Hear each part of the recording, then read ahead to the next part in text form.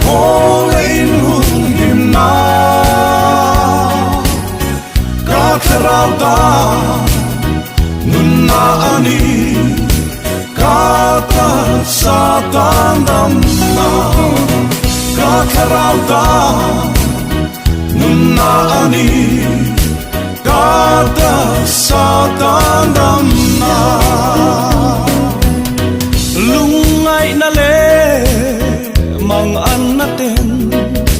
min chim buai lai po i